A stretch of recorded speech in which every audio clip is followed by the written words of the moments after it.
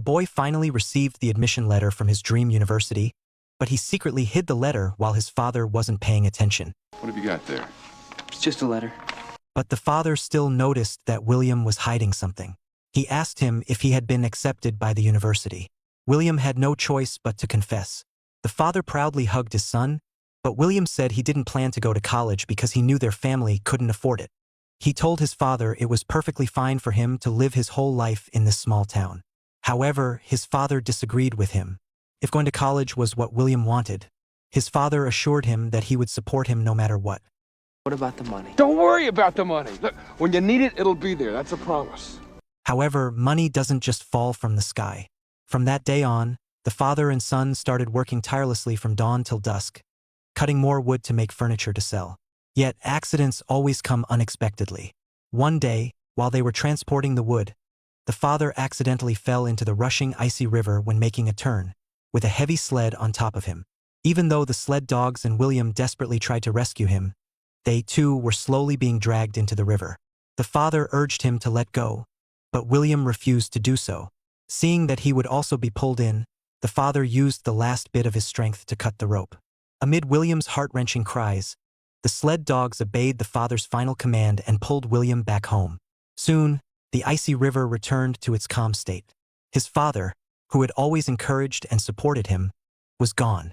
William felt guilty, thinking that if he had insisted on not going to college, none of this would have happened.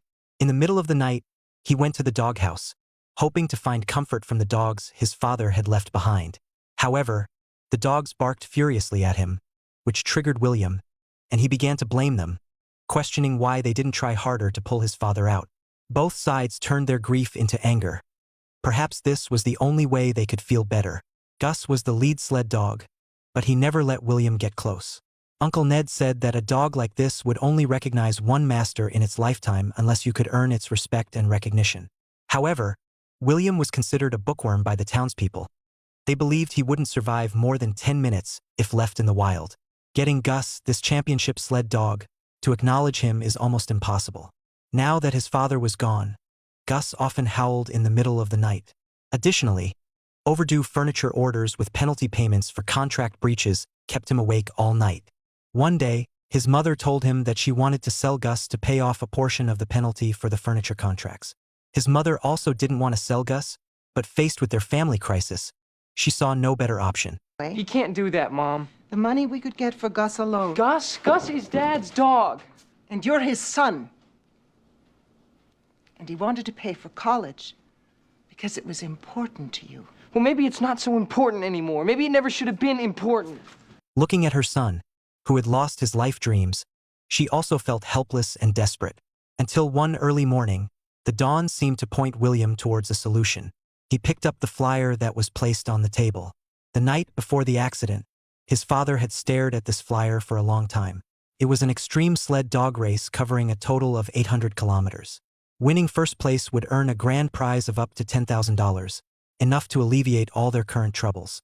However, both his mother and uncle did not want his father to participate, saying that such a competition was no different from courting death. But now, as William looked at the flyer, he saw it as the only ray of hope in the abyss. He sprinted to find his mother, explaining that winning the prize money could clear their debts and pay for his education, fulfilling his father's unrealized dream. Of course, his mother would not agree to William's reckless idea. Even his father, an experienced musher, might not have had a chance to win. For William, a novice, to compete would be equivalent to going to his death. I just lost a husband. I won't lose a son. Immediately after, Uncle Ned also advised that the competition was just a month away, and it was already too late for William to decide to participate. However, William was as stubborn as ever, repeatedly insisting on his determination to enter the race. Mom, he was gonna do this for me. Now let me do it for him. This time, the mother left without saying a word. She had been persuaded by William but lacked confidence. So, she went to Ned and asked, "Do you think my son really has a chance to win the competition?"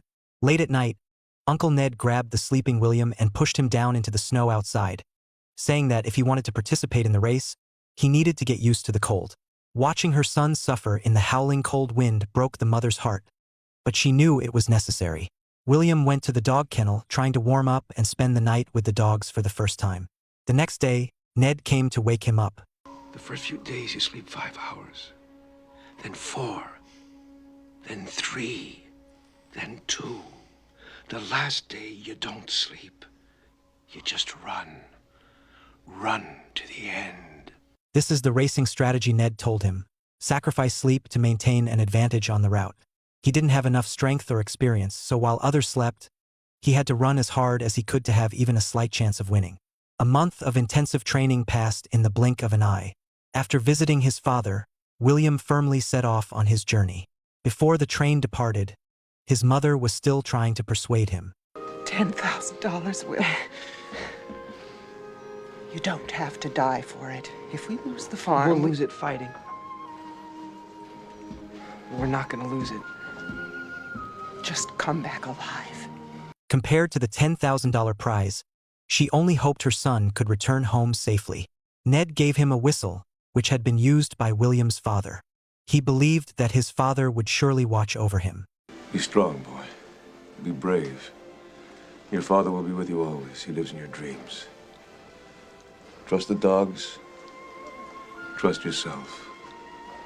I will. When you come to face the thing you fear, let the Creator guide you. William boarded the train heading toward his dreams. When he woke up, he had arrived in Winnipeg.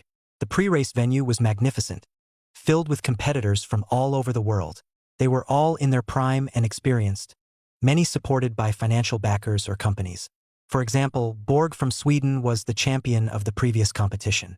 The sponsor of the race was a businessman named Harper. Suddenly, Harper heard Williams shout from the audience, saying he was also here to compete.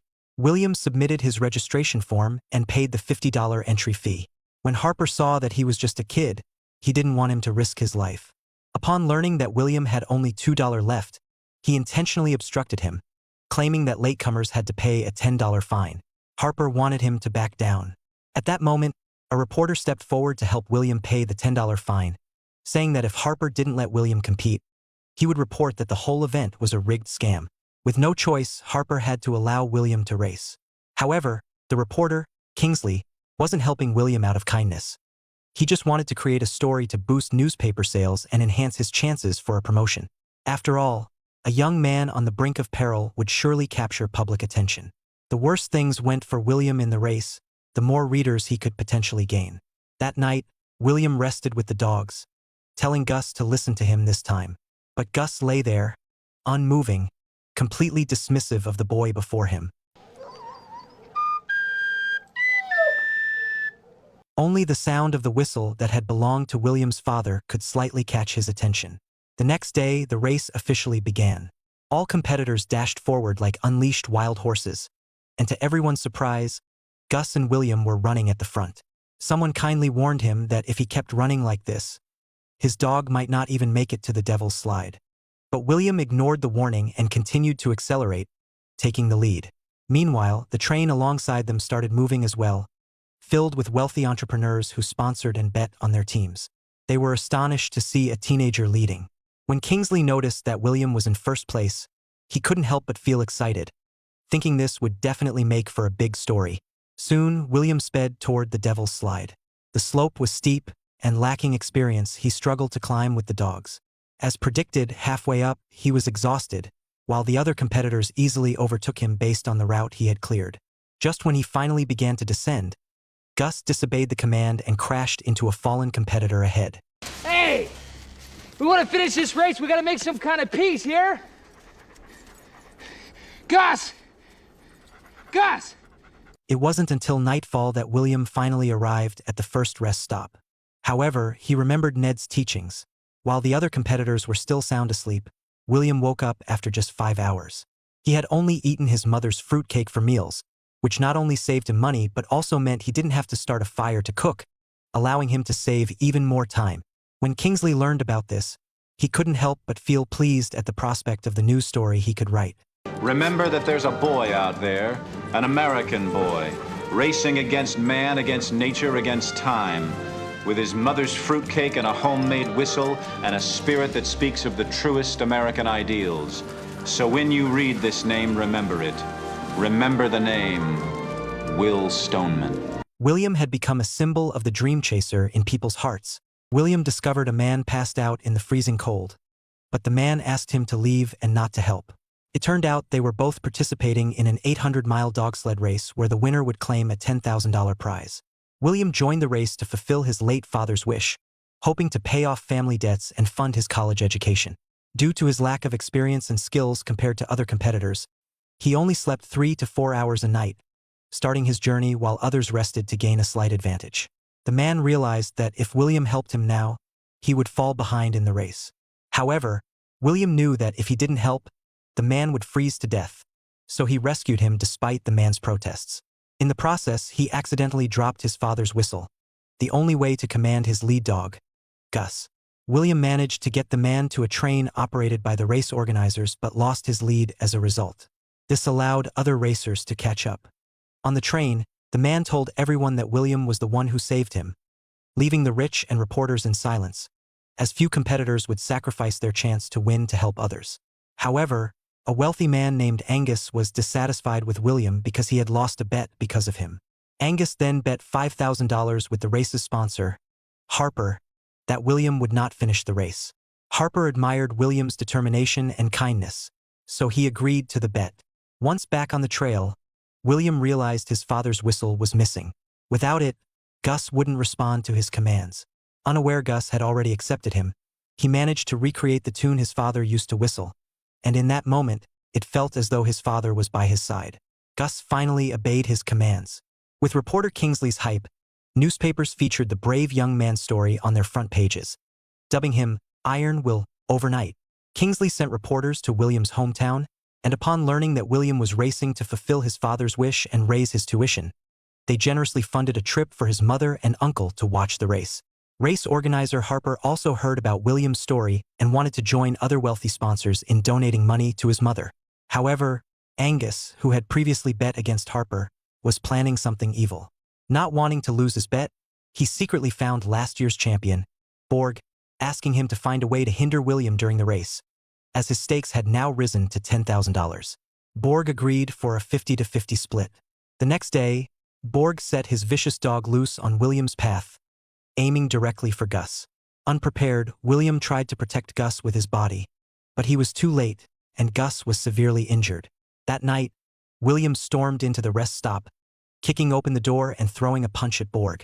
Borg pulled out a knife to threaten him, but William pulled out his gun. I'm beyond being scared of you, mister.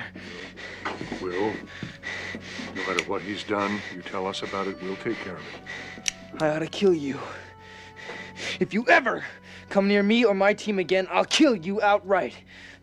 So help me God, I will. After leaving Borg with a warning, he prepared to leave. Meanwhile, Kingsley said, Will, it's good to see you. I was getting worried. No! That's for using me and my family to sell your damn newspapers. And printing pictures is gonna make my mother worry. Kingsley didn't argue and took the punch. He had been feeling guilty lately. His reports did have drawn too much unnecessary attention to William. That night, while William was comforting Gus, the wealthy Angus approached him alone, offering a $3,000 donation if William would drop out of the race. $3,000 was indeed a lot, but Gus looked at William discontentedly. What? What? I didn't take it, did I? After 3 hours, William prepared to get up. Kingsley suggested he rest a little longer, but William remained focused on the racing technique his Uncle Ned had taught him. Sleep less, run longer. Soon, he arrived at a small town where the residents had gathered to welcome him. His story spread throughout the desolate north, inspiring countless people with his determination. 2 children told William about a shortcut that could save him a lot of time. However, when William saw that he would have to cross an ice river, the shadow of his father's death loomed over his heart once more. He had no choice but to take the long way around, crossing the railway instead. Just then, a train approached, forcing them to speed up, and they barely managed to escape at the last moment. Unfortunately, the sled rolled down a hillside and was left in ruins. That night, he arrived at the rest stop, looking terrible. The room fell silent. No one knew how much hardship the young man had been through. Kingsley quickly offered to get him a hot meal, but at that moment, William only wanted someone to fix his sled. While William was waiting at the blacksmith's for his sled to be repaired, Angus found him again and raised the donation offer to $5,000. Once again, William refused. Seeing this, Angus turned and threatened him, but Kingsley arrived just in time. He grabbed Angus by the collar and warned him that if he dared to disturb William again, he would publish everything about him in the newspaper. Kingsley then chased Angus away. Exhausted, William asked Kingsley to wake him in an hour. Hearing this, Kingsley pleaded with him, saying that if he continued like this, he would bury himself in the snow. Make it 2 hours. Okay? Kingsley had no choice but to agree. The race was nearing its end. Tomorrow would be the final day heading towards the finish line. All the participants could only rest after seeing William fall asleep, afraid he might surpass them during the night. 2 hours later, William woke from his sleep, but he couldn't manage to get up. What is it? I can't get up. I can't move my arms and my legs. That's it. I'm getting it dark. No. I just gotta get my blood going. Just help me. With Kingsley's help, he was finally able to move. William told Gus that he wanted to leave him behind so that Gus could recover and he could reduce the sled's weight. However, Gus refused to agree. Okay. Meanwhile, Angus learned that William had set off and quickly woke up the other competitors. After a brief panic, everyone immediately got moving. However, once they entered the dark woods at night, they realized they had no experience traveling in the dark. They either fell into pits or crashed into trees, while William continued on without any obstacles. But as the day broke, he began to struggle, being overtaken by more experienced and stronger competitors. His slight advantage was quickly erased. Just as William was on the brink of despair, Borg told him he knew of a shortcut. Of course, Borg didn't share this information out of goodwill. The shortcut he mentioned was an ice river, more treacherous than any he had faced before. Even Borg's dogs were reluctant to move forward and could only proceed under his urging. William hesitated as he looked at the ice river ahead. He knew it was his chance to win, but the memory of his father's death loomed before him. Just then, Gus suddenly jumped out of the sled and came to the front, barking continuously as if encouraging William to overcome his inner fears. Trust the dogs. Trust yourself. William and the dogs continued onward, determined to conquer the ice river. Despite his injuries, Gus led the team. When Borg reached the most challenging part of the ice river, all his dogs stopped moving. This made Borg even more aggressive in driving them forward. Finally, his dogs could take no more and pinned their brutal master down. William passed by and shot twice in kindness, preventing Borg from meeting a grim fate at the jaws of his own dogs.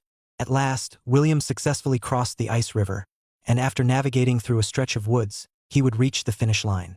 By this time, a crowd had gathered at the endpoint, including William's mother and Uncle Ned. Suddenly, the first competitor broke into view, and the lookout hurriedly reported the news to the audience. But then, from the nearby woods, William's figure emerged. The staff quickly changed the name on the board to the name everyone had been waiting for: Iron Will. A wave of cheers erupted from the crowd as everyone stood up, eagerly awaiting to see William drawing closer to the finish line. However, at that moment, William had reached his physical limits and stumbled, falling to the ground. In that instant, it felt as though the entire world fell silent. His mother, filled with concern, wanted to rush over to help her son, but now he had to rely on himself. Suddenly, Uncle Ned blew the whistle for him, and a chorus of whistles rang out from the crowd. Gus desperately tried to pull the sled, while William struggled to get back up. When he turned to look, he saw the other competitors closing in on him. He could only summon every ounce of strength to climb onto the sled, and the sled dogs started to run, entering the final competition with the other teams. In the end, William clinched victory by a razor-thin margin, becoming the champion of the race. He dashed into his mother's embrace, earning the approval of everyone, receiving the cheers that belonged to him, becoming a legend of his time. This film, titled Iron Will, is a nostalgic memory for many students in their classrooms. It doesn't tell a story about a genius but rather teaches that hard work can overcome shortcomings. William's perseverance and the bond with his father in the film are truly touching. Feel free to share your thoughts about this movie in the comments section. See you in the next movie.